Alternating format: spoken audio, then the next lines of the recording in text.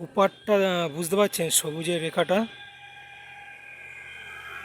ওপারটা কিন্তু হলদিয়া শিল্পাঞ্চলের মধ্যে পড়ছে।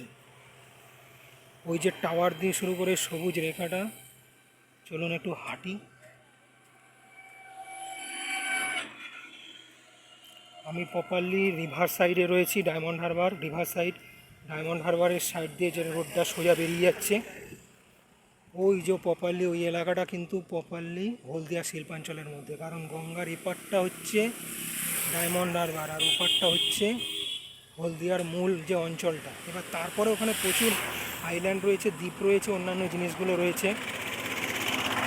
আরও দক্ষিণ দিকে গেলে নয়াচর সহ যেসব জায়গায় এর আগে বিতর্কগুলো হয়েছিল জমি নিয়ে, সেই সব ম্যাটারগুলো আছে। তা মোটামুটিভাবে গঙ্গা কিন্তু দেখুন আমাদের ওখানের চাইতে এখানে প্রায় 4 গুণ বেশি বড়।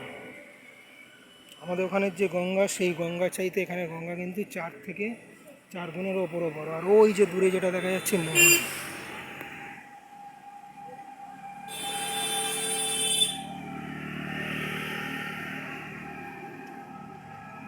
এই ভিউটা দেখুন, জল আর জল। তাহলে কী পাওয়া গেল এখানে? নদী, জল এবং সমুদ্রের সঙ্গম।